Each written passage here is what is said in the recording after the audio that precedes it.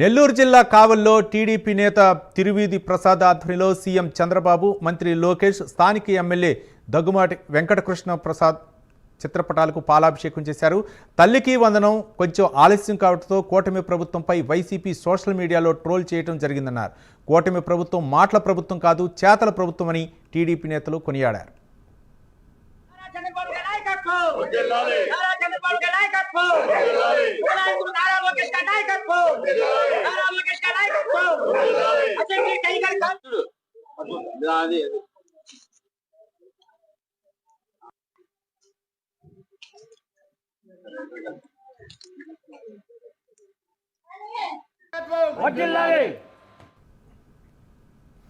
నెల్లూరు జిల్లా కావల్లో టీడీపీ నేత తిరువీధి ప్రసాద్ ఆధ్వర్యంలో సీఎం చంద్రబాబు, మంత్రి నారా లోకేష్, స్థానిక ఎమ్మెల్యే దగ్గుమాటి వెంకటకృష్ణారెడ్డి చిత్రపటాలకు పాలాభిషేకం చేశారు. తల్లికి వందనం కొంచెం ఆలస్యం కావడంతో కూటమి ప్రభుత్వంపై వైసీపీ సోషల్ మీడియాలో ట్రోల్ చేయడం జరిగిందన్నారు. కూటమి ప్రభుత్వం మాటల ప్రభుత్వం కాదు, చేతల ప్రభుత్వం అని టీడీపీ నేతలు తెలిపారు.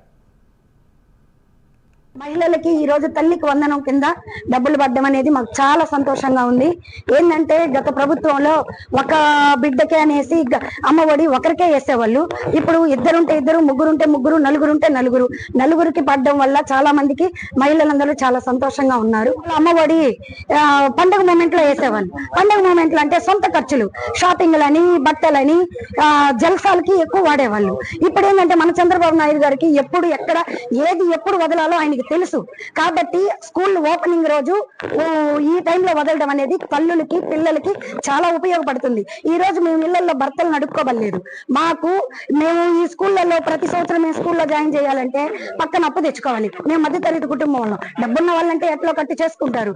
మధ్యతరగతి కుటుంబం వాళ్ళు ఏంది, పక్కన అప్పు తీసుకోవాలి. భర్తను అడిగామా 2 రోజులు ఆగు, 3 రోజులు ఆగు, 4 రోజులు ఆగు అంటారు. అదేదో ఈ టైంలో పడ్డం వల్ల మేము ఎవరిని అడగక్కర్లేదు. నేరుగా డబ్బులు తీసుకొని పిల్లల్ని స్కూల్లో జాయిన్ చేసేసుకుంటాం.